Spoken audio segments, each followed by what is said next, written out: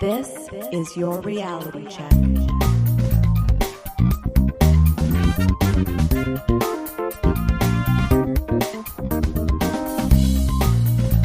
Hi everyone, and welcome to The Reality Check, the weekly Canadian show that explores a wide range of controversies and curiosities using science and critical thinking. This is the show for July 15th, 2019, and I'm your host, Darren McKee. With me, as usual, are Adam Gardner. What's up, cuboids? Christina Roach. Missed you, checkers. And producer Pat. Welcome back, everyone. Yeah, we're happy to be back. We got a great show for you today. Christina is going to look into whether those missing NASA tapes have been found. Ooh. And then Adam is personally going to storm Area 51, and he has some friends to tell you about. Maybe. But first, I'm going to talk to you about quantum uncertainty. Longtime listeners of the show will notice that we rarely discuss quantum mechanics, at least at the level of doing a full segment on it. But I recently explored the topic a bit more and wanted to share some of what I've learned. But this short segment won't really clear up anything, just highlight how complicated the topic is and how much disagreement there is about what is happening in the quantum realm. Way back on episode 73, Adam discussed quantum mechanics, and, well, we got lots of mail discussing errors or inaccuracies, so that pretty much ended Adam's on-air discussions about quantum mechanics. I apologize, and I promise never to talk about quantum mechanics on the show. I know. Ever again. I remember before that show, I was like, are you sure about this? No. The only other thing was my coverage of Schrodinger's cat on episode 2015, about 6 years ago. So why now? Well, I have a book group, and a friend recommended we read a book called Good and Real by Gary Drescher about scientific and ethical paradoxes. The main reason for this selection was a chapter on quantum mechanics, specifically because it promoted an Everett, or many worlds, interpretation of quantum mechanics compared to the regular, good old Copenhagen interpretation. The problem was that Drescher's book is largely inaccessible, despite trying to tackle many interesting ideas. As such, I also listened to the audio of another book on quantum mechanics that highlights many of the problems with the Copenhagen interpretation while still being accessible and interesting. And that was written by Adam Becker in 2018, and it is called What is Real? The Unfinished Quest for the Meaning of Quantum Physics. Much better book. This book was an eye-opener. I had previously known that Copenhagen wasn't the only game in town, and apparently in my Schrodinger's cat segment, I knew that there were many interpretations of Copenhagen, even though apparently I forgot that by the time I got around to reading this book. That's because David Deutsch had promoted the many worlds interpretation in his book, The Beginnings of Infinity. But I didn't know how fundamentally flawed the Copenhagen interpretation was, or rather, I'm not sure if that is true, but it's definitely true now that I know it's just flawed. Hey, Darren, when you say Drescher's book was largely inaccessible, do you mean it was just too much insider baseball, for lack of a better term? Or what do you mean exactly? It was written in a way that wouldn't be accessible to most lay audiences. He came up with his own analogies and ways of presenting things, which is fine. His goal was admirable. He was trying to say, okay, I'll give you a reduced, analogous, more easy to understand world of what a many worlds interpretation might be, but it was not that easy to follow at all. Okay. And it's because he has a computer science or engineering background, I think that influenced a lot of the content, and there was less descriptive language which made it pretty accessible. So he'd quickly here's a word that I didn't really need to create to describe this concept, and now I'm going to use that more, when I'm like, well, you could have just not used it and described the thing repeatedly. And he also discusses consciousness and ethics and causality. So I admire that, because I do think all those things are related, and people usually don't treat them as if they are related, but it was kind of biting off more than he could chew. And to be, I guess, somewhat fair, 8 or 9 people all agreed with me. We had 2 meetings on it, and none of us finished the book. Wow. While someone else said, no, this is on the internet, he knows what he's talking about, and even some smart people think he knows what he's talking about. And I'm thinking, well, maybe he does, and maybe those smart people do, but it didn't necessarily come across in the writing. Yeah. Well, the other book is the book we should have done for the book group, which has the nice narrative flow. It talks about people, the history of ideas, it explains the ideas, and there's more of a compelling narrative as well as understanding of what's going on and why. There's a good review of What is Real in the Quantum Times, which is a publication I didn't know existed, but I'm slightly amused by Travis Norson, and he said it's a carefully researched but non-technical and popularly accessible overview. That's exactly right. It covers the usual things. You have the double slit experiment, which we should probably do on the show, the great debates between Niels Bohr and Albert Einstein regarding interpretations of quantum theory, and how physics exists in a socio-political landscape. And here's a quote. But there is something that sets Becker's book apart from the dozens of other books that fit the above description. The author has not drunk the Copenhagen Kool-Aid. And then, several sentences later, instead we are treated to an extremely serious and clear-headed explanation of the quantum measurement problem. which it was, of course, Schrödinger's goal to articulate and dramatize with the cat. Quick editor's note, the measurement problem in quantum mechanics is the problem of how or whether wave function collapse occurs. And why that's relevant is people often talk about the Copenhagen interpretation where, a particle could exist in more than one position. This is the idea the cat is alive and dead until you look at it, until the waveform collapses or wave function collapses, whatever that means. And other people are like, that doesn't mean anything. That's a terrible way of looking at it. The wave function never collapses, and stop telling people that. Or does it? And this is part of the debate. Sure. Regarding Bohr and Einstein, Becker has taken the time to actually understand, this is still quotation, what Bohr never quite managed, namely that Einstein's fundamental concern with the orthodox interpretation was not about indeterminism or uncertainty, but rather the fact that the orthodox interpretation implied a kind of non-locality that seemed to make it incompatible with Einstein's own relativity theory. Reversing the narrative structure of the standard account, then, Einstein and Schrödinger play the hero's role, while Bohr and Heisenberg are depicted less sympathetically. It is true that Einstein is portrayed. I mean, I watch so many physics and space videos. And when you talk about relativity, it really is, they do say that his problem was the uncertainty about it. So that's actually quite interesting to hear that. Right. And the idea is that if particles are linked in some way, it seems to violate faster than the speed of light travel. That's what the implication is there. But yes, Einstein always like, the guy who kind of got that wrong and didn't really get along with the Copenhagen and the Bohr people. And now I'm like, wait a minute. No, Einstein was kind of right once again.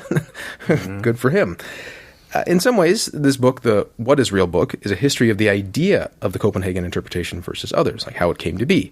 And you learn a lot, if you haven't already realized it, that scientists are human. And they do human things for one reason or another. Bohr had many grad students or disciples, and Einstein didn't. So people often sided with Bohr. There were just more people around to agree with him. Wow. And that's not how we want to imagine science functioning, but that's often how it does function. There was a famous paper by Einstein and some colleagues, the EPR paper, and this was a big challenge to Bohr's Copenhagen interpretation.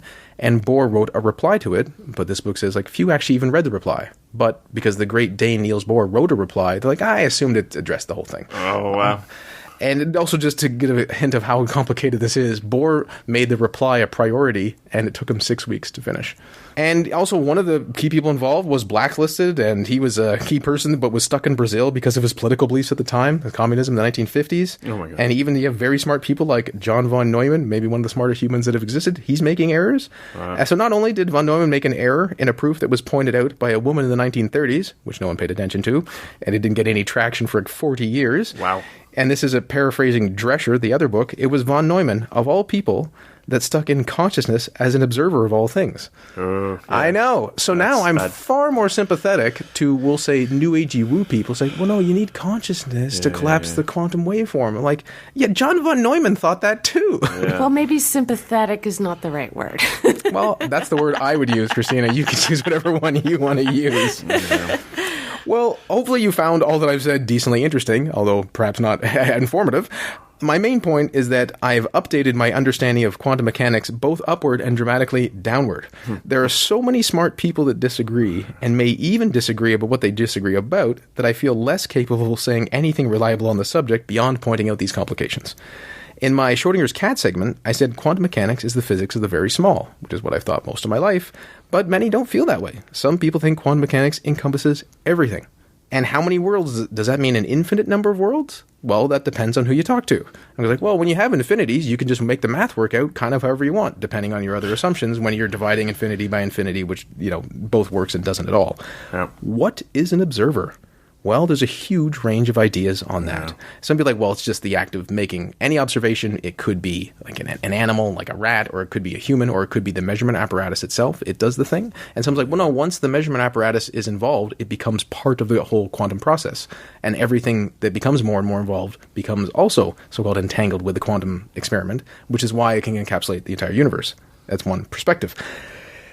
So in some ways, this is exactly the critical thinker I want to be, where you realize one's ignorance. It's important, but it's a bit frustrating to realize I won't understand this anytime soon. And if I spent the next 10 years learning the math and reading everything in depth, there are people who are smarter than me that might still disagree. So what do you do? Well, that's life, I guess. Does it matter? Well, there's a reason physicists have promoted a shut up and calculate view of quantum mechanics, and specifically Copenhagen, and that's because quantum mechanics works. It is highly verified, but we don't have any consensus on what is happening. Why? A question for the panel and listeners is whether it is enough to have the science and math that just works, or that you need a theory to understand why. Or is that a lazy false dichotomy? I think having the theory is always better if possible. If it works, if it makes predictions that can be verified, which is the case for quantum mechanics, which if it can bring upon discoveries which are useful in the world, which is the case for quantum mechanics, then it can still have value even if someone doesn't really know exactly what's going on. But yes, obviously we should always strive to understand it better. And I understand a lot of people more intelligent than me are, because every time I learn more about quantum mechanics, I get to a state where I believe that I know less because I know that before I knew much less than I thought I knew. If that makes sense. Yeah. So I think about this kind of like Newton versus Einstein, right? So Newton explained something that is your everyday experience, and then there were anomalies, and we didn't really understand those anomalies, and then Einstein came along and kind of explained those anomalies. Now we've got the idea of quantum mechanics, which we can't really explain, but the math really works out and it can be tested and it can be verified. We don't have some sort of unified theory around it. And so we need the next Einstein to come along, but I don't think that nullifies the fact that we can prove this over and over and over again. I agree. It's in my nature. I want to understand why, and I think it's important, but it's enough for me right now to have science and math that works. Yeah, and to Pat's point, it's not like Newton was wrong, it's that Einstein was more right. Yeah. And another little thing to emphasize, it's not that there isn't a coherent theory about what it is, but there's no consensus on that theory. Yeah. There are many people who feel very strongly that they do understand what's going on. And there's the Copenhagen interpretation, the many worlds interpretation, and other people like, I don't know what's going on at all. For anyone who's curious, I do highly recommend that book, What is Real?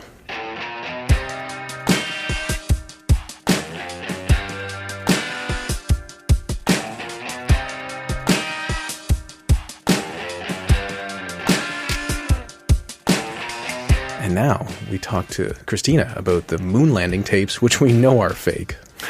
They're not fake. They're real. They were made by Stanley Kubrick. Right. End of segment. Yeah.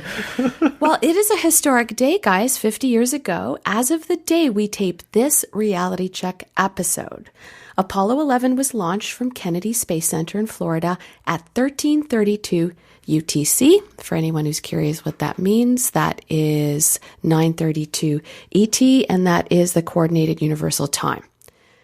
This was the fifth crewed mission in the Apollo program, and notably the first to successfully land on the moon on July 20th, 1969. Neil Armstrong became the first human to step on the lunar surface, followed 19 minutes later by Buzz Sugar Ray Aldrin. Sugar Ray Aldrin. Pat, do you want to explain that little reference? Well, there's famously someone questioned whether or not there was a moon landing and got right in his face and said, you know, you're a liar and you're cheating the people. And he punched the guy in the face. Yeah, he got a fist in his face. Yeah. It was Bart Sibrel, a moon landing conspiracy theorist, actually. Shout out if you're listening, Bart. And you're not. He's a big fan of the show. And the last few days, I've heard many news reports about an upcoming auction featuring quote-unquote lost NASA Apollo 11 tapes of the first moonwalk. Have you guys heard about this? Absolutely. All I just saw was like some Canadian guy maybe is going to get a lot of money. That's, I think, some headline that I saw. First I hear of it, I'm embarrassed to say. Okay. I didn't hear that he was Canadian. It was like an intern from NASA. I didn't hear that right? he was Canadian either in my travels. But Oh, maybe I've just made that up. So what I heard was that he bought a lot of tapes or like a government lot that was up for auction, and in that were NASA tapes. Right. The implication for many of the news stories is that missing video footage from the moonwalk has been found. Here's one headline. Quote, a former NASA intern has the lost Apollo landing tapes. A former NASA intern is about to sell the original tapes of the NASA moon landing for an estimated $2 million. Reporter Barbara Goldberg reported in Reuters late last month, quote, a one-time NASA intern who bought a truckload of videotapes to resell them may end up a millionaire next month when Sotheby's auctions what it says is the only surviving original recording of man's first steps on the moon 50 years ago. Now, obviously, the prospect that unseen footage of the moon landing has been discovered and may fetch a cool $2 million on the 50th anniversary of the historic event, pretty headline worthy. I totally get it. But what are the facts? Now, this former intern, Gary George, who may or may not be Canadian, bought 1,100 plus reels at a government surplus auction in 1976 for $218. So I checked an inflation calculator just out of curiosity, and that would be about $1,000 today. So it's a few buck dollars. Now, at the time, NASA had to cut costs where possible, so they recorded over tapes or sold them. George would sell his reels to TV stations for $50 a pop, but his dad suggested he hang on to the ones labeled Apollo 11 EVA. Hang on one second. You said he bought 1,100 tapes. Plus reels. For how much?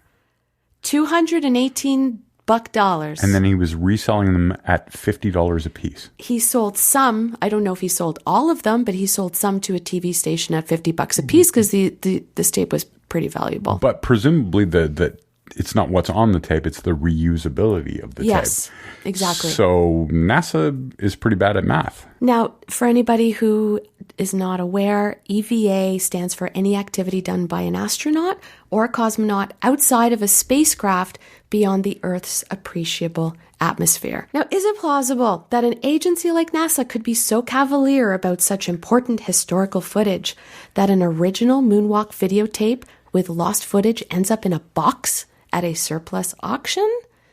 Well, around 2005, NASA admitted that no one could find the original recording of the historic moon landing. More on that shortly. Fast forward to 2008 when George is hanging with a NASA friend who mentions he was tasked with locating the lost original Apollo 11 videotapes. George recalls to Reuters, "Damn, I have those." Now, worth noting at the time, George didn't have access to equipment to play back the tape, so he actually had no idea what was on the 3 reels in his possession that were labeled Apollo 11 EVA.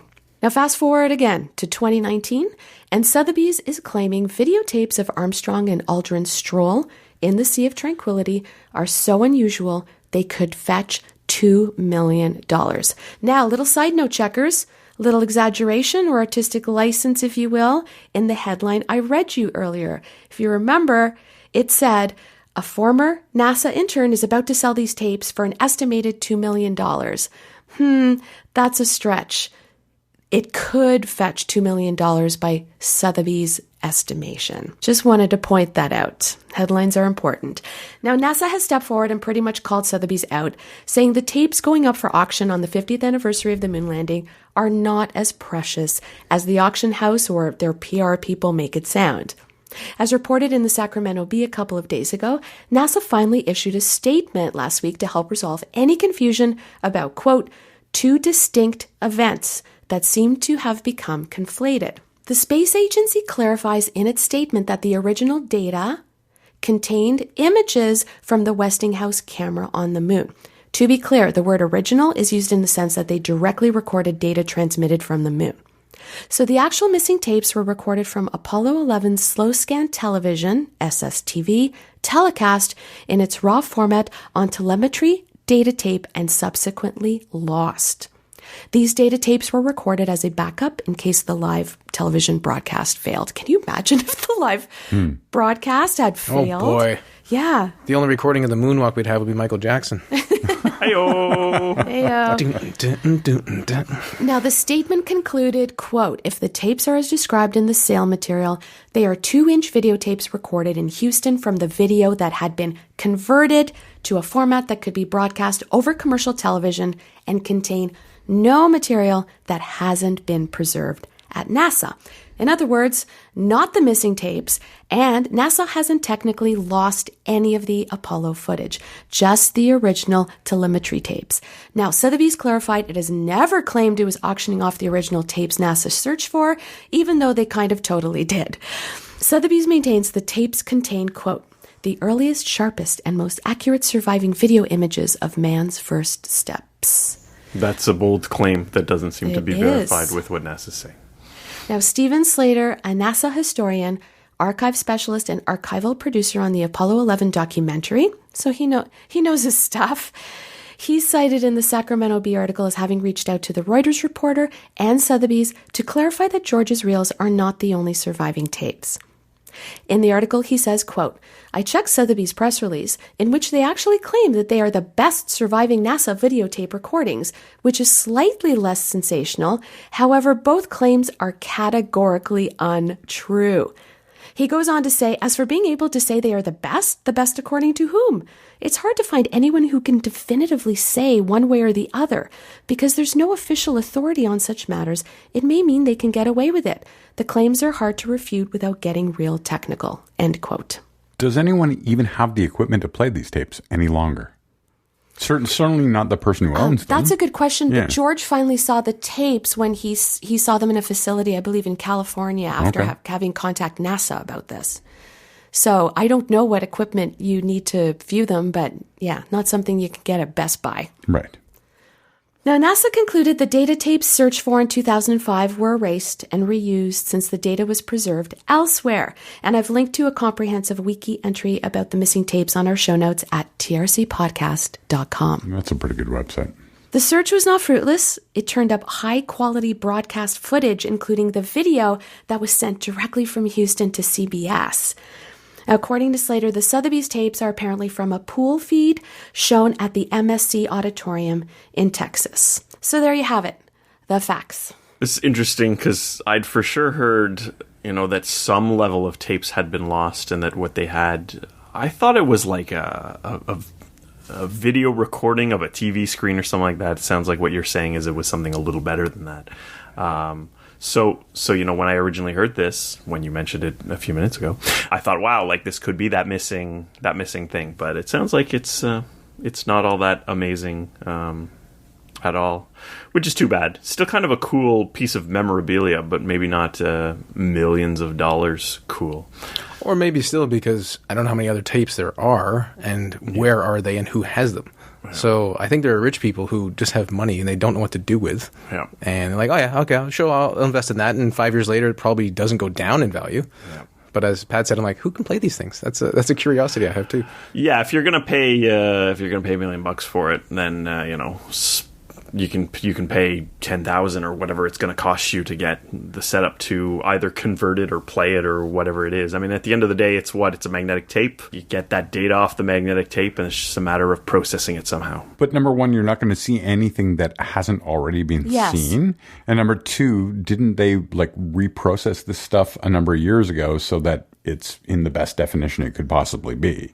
The point would only be to put it on a shelf and say, hey, it's one of the original moon landing tapes. It's not to see something. It's kind of useless. Yeah, call me when you get a better copy of Star Wars Holiday Special, I mean, it's still very cool, but to suggest that it's some, holy grail of tapes is not accurate. So it sounds like there is an intermediate, better quality version of the moon landing that does not exist because it was not preserved. And this isn't it. Actually, I don't think that's true, Adam. I think the best quality tapes were released in 2009. Yeah. So they went out and found these tapes, yes, and then they worked with the company to make them as high def as they possibly could be. And I remember, I think something came out on Netflix and maybe in other places where it was this is the moon landing in the highest def you're ever going to see it.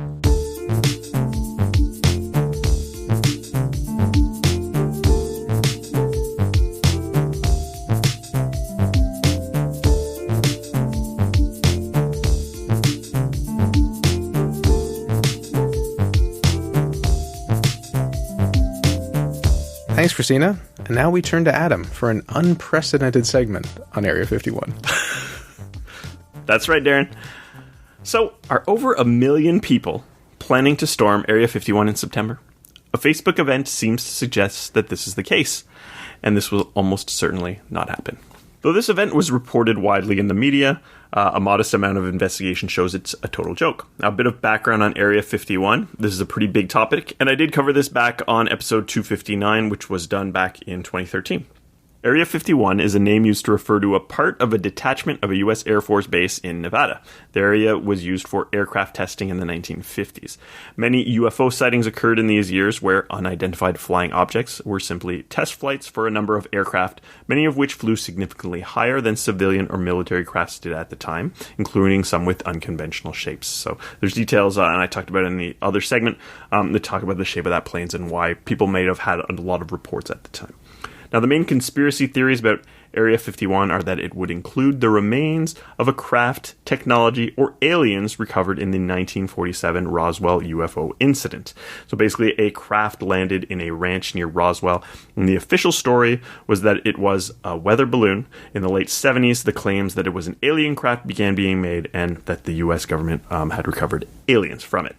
The government later revealed that this was actually a test surveillance balloon used to detect Soviet atomic bomb tests. So as the story goes, the aliens were moved to Area 51. It's actually pretty far from Roswell, New Mexico. So, I used to think like, oh yeah, Area 51, that's right next to the crash site. But like, it's not in the same state. It's like a 13-hour drive. It doesn't really make sense. They're kind of entangled, and it's just a bit of a mystery why. Maybe a UFO nut could tell you why, but that's what it is. Now, a Facebook event, Storm Area 51, They Can't Stop All of Us, currently has 1.2 million people signed up. Now, this is as I was preparing the segment Monday night. It'll probably be much higher by the time you read this. Actually, while I was preparing the segment, I saw it go from 1.1 to 1.2.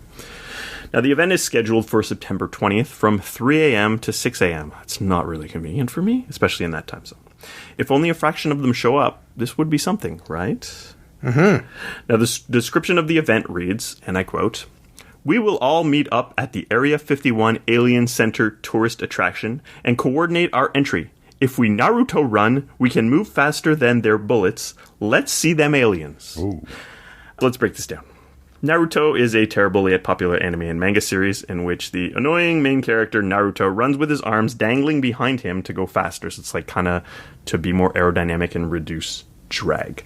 Side myth, this is not a good way to run, and it doesn't really do anything. 0 Olympic athletes use this technique. Naruto has been out for a while. Someone probably would have noticed if it actually helped them run faster. So this seems like a joke event with a joke description. And who's running this? Well, it's hosted by multiple accounts. The main one is Shitposting Cause I'm in Shambles. There's an account which posts a lot of terrible memes. The account is listed as a religious organization. The event was created by Smiley-kun, a Twitch streamer. So this means that he plays video games and streams them online where people can watch along as he plays. Streamers like to make viral content so that people will click on that viral content and then be ushered away towards their stream, and then they can get more views and get more internet dollars, which actually convert to real dollars these days. The event's pinned post is a quote-unquote game plan for rushing the base, complete with a colored map which breaks the groups into, the first one is Kyle's with Monster Energy Buff plus 10 Berserk. I can't even explain that one. You can go to Urban Dictionary if you want a breakdown of what every one of those things means. There's also rock throwers and Naruto runners, as we mentioned before, the people running aerodynamically. The discussion for the event includes over 50,000 posts, most of which are jokes or memes. Comments on the event on social media are mostly jokes. Anyone taking the idea seriously are usually people who think the event is a bad idea and people that are suggesting that it might end badly. So I wonder, will anyone actually show up at this event? Now, it's really hard to tell. It certainly doesn't seem like a serious event put on by an actual UFO conspiracy theorist who thinks that there are aliens or the remains of an alien craft at Area 51. Hey, Adam, you want to know how much it's up to right now? What's that? 1.425. Wow. Including 2 friends of mine in the music industry who are no way in hell going to be in Nevada at the time. Well, of course, like the people in Canada are saying, yes, I'm going to go. They're not going to go out there. There's no way, because the flight's going to be surge pricing, right? Right. Well, to your point about who's showing up at this, right? Absolutely. So I wonder if anyone's taking it very seriously. Most news outlets, who usually get stories like this as wrong as they possibly could, are acknowledging that the event was posted as a joke. The U.S. Air Force, however, doesn't seem to be laughing about it. So the Washington Post reached out to them, and spokesperson Laura McAndrews had this to say, and I quote, Area 51 is an open training range for the U.S. Air Force, and we would discourage anyone from trying to come into the area where we train American armed forces. The U.S. Air Force will always stand ready to protect America and its assets. So that's kind of a serious statement saying, don't mess around. We have guns and drones and things. Yes, and things we've probably never even heard of. Exactly. So will anyone show up? Maybe. I suspect that most people know that it's a joke and don't live anywhere near the area and aren't likely to travel to the middle of the desert at 3 a.m. to go along with a joke. It's one of these, if it was in my town, I might go because it's funny. But no, that's just silly. Some reporters may show up to cover it. And this could include like YouTubers or whatever sorts of people looking for clicks or streams or whatever we're doing these days. It's certainly possible that out of the millions of people that have heard of the event, that someone who's become aware of this thinks it's real and thinks that there are aliens and thinks that it's a good idea. Like just because of the sheer reach of this news, especially in the circles where people who may not always be totally mentally stable may think it's something worth doing. I imagine this would be a tiny minority of the people who have responded to the group, if any at all. So we can evaluate the claim, they can't stop us all if we want. Could they stop 1.4 million people? They probably couldn't stop them all from entering the compound and maybe getting by some fences. But if there's anything interesting in Area 51, it's probably housed in some kind of building, maybe deep underground, like in the movie Independence Day. And they can absolutely keep hundreds of thousands and maybe millions of people from entering a building if they want to. They just lock the doors, They're probably not a little door you can open with a bump key, More realistically, we can ask ourselves, can they stop the people who are actually going to show up? And the answer to that is almost certainly yes. The onlookers and reporters, should any show up, won't be storming the area and risking their lives to get in, trying to Naruto run away from bullets. If anyone does, and I don't believe anyone necessarily will, that number would likely be somewhat small, to the point that they could easily be stopped with existing security, let alone whatever extra security they'll probably put on because of all the press that's going around this event. It'd be silly not to at least have a bit of a heightened security awareness around that date. So it seems silly, but there's probably a lot of very well-paid military personnel who were sitting around at one point last week and said, like, okay, we have to have a serious discussion about this. And they're like, looking at this Facebook event with memes, right? That's what I think is interesting. They actually have to have some sort of threat analysis. And of course they, in theory, could, but they can't kill 1 million Americans. They can't even kill 10 of them. It's like, so you guys did what? You killed hundreds of thousands of your own people? Then the whole world's like, they're hiding something. Yeah, so it seems very unlikely that the U.S. Air Force would wish to use lethal force against the small number of people that do show up. Now, I can't guarantee what's going through their mind and their thought process, but this would be a PR nightmare. Especially if the number ends up being small, they should be able to use non-lethal methods to subdue or just keep them out, whether that be rubber bullets or even just like a wall. Now, this event is a joke. Area 51 itself is sort of the butt of some jokes. It's been featured in movies like Independence Day from 1996, where it housed an alien craft and the remains of aliens who were in it. And even then, this was a while after people had been talking about Area 51. If anything important related to aliens was actually there, it has certainly been moved to a more secure and legitimately hidden location since then. We can certainly say that most, if not all, of the 1.4 million people claiming to attend this event will not be there. Will a handful of people show up and get turned away at the gate? Maybe. I suspect it won't be terribly eventful, but we'll see in September. Well, thank you, Adam. And thank you for joining us once again, listeners. I talked to you about quantum uncertainty and my uncertainty about that. Christina talked to us about the moon landing tapes, which they exist, but so do other ones, so the headlines aren't quite to be trusted, as usual. And Adam discussed the Area 51 phenomenon, which we can only assume will bring about the end of the world. Until next time, think better to act better. Peace out, cute woods. Stay classy, not smartassy. We'll talk to you next week, everyone. For show notes or to discuss this episode, visit our Facebook page and website at trcpodcast.com. For general inquiries or to send a topic or parody suggestion, email info@trcpodcast.com. Help support the show by leaving a review on iTunes and liking us on Facebook. Follow us on Twitter at TRC_podcast.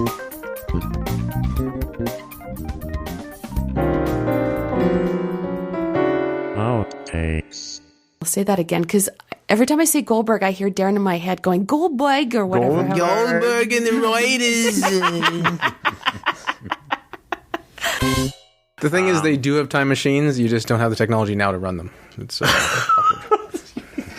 It needs the power of a supermassive black hole at the center of the galaxy. Exactly. And we can't get to it or build the superstructure around it to harness the energy. But when we do... that is what I was implying. We're all out of unobtainium.